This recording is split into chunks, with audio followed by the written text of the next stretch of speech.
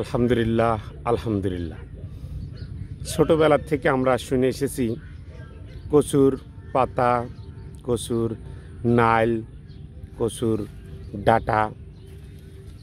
আজকে আরেকটি ব্যতিক্রম কচুর ফুল। আলহামদুলিল্লাহ, আমি ছোটোবেলা হয়তো দেখেছি, কিন্তু আজকে একদম সরাসরি দেখতে আমাকে খুব ভালো লেগেছে, অবাক আমরা শুনতে পেরেছি। আমার এক বোনের কাছ থেকে শুনলাম যেটা নোনা মাছ দিয়ে, ইলিশ মাছ দিয়ে যে কোনোভাবে রান্না করলে এবং সাধারণভাবে যদি রান্না করা হয় তাহলেও নাকি আল্লাহর রহমতে একদম যে কোনো ভুড়ি ভাজির মতো লাগবে, আমি শুনতে পেরেছি। আমরা আরও কয়েকটি আপনাদের আমরা কচুর ফুল দেখাবো, সাথে থাকুন।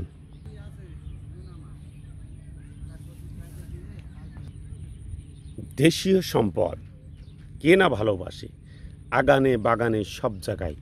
আমরা শুনেছি যে কচুর পাতায় এত পরিমাণ ভিটামিন, আল্লাহর রহমতে নাকি বেশি খাইলে গ্যাস হয়। তাহলে বুঝতে পারছেন যে এই কচুর পাতায় কতটা ভিটামিন আছে। আলহামদুলিল্লাহ। তো আপনারা যারা কচুর পাতা, ডোগা, নাল যারা খেতে ভালোবাসেন, অবশ্যই আপনার বাড়ির আঙ্গিনায় আশপাশ দিয়ে আপনারা লাগাবেন এবং আপনার বাড়ির আশপাশেও আছে, আপনারা সুন্দরভাবে তৈরি করে খাবেন। আমরা আরেকটু পেয়েছি, এটাও ফুল। আলহামদুলিল্লাহ। হ্যাঁ, ও ওটা ফেলে দিতে হবে। আর এইগুলো কি খাওয়ার কিভাবে নিয়ম? এ খাওয়ার নিয়ম কি, কিভাবে খেতে হয় এগুলো?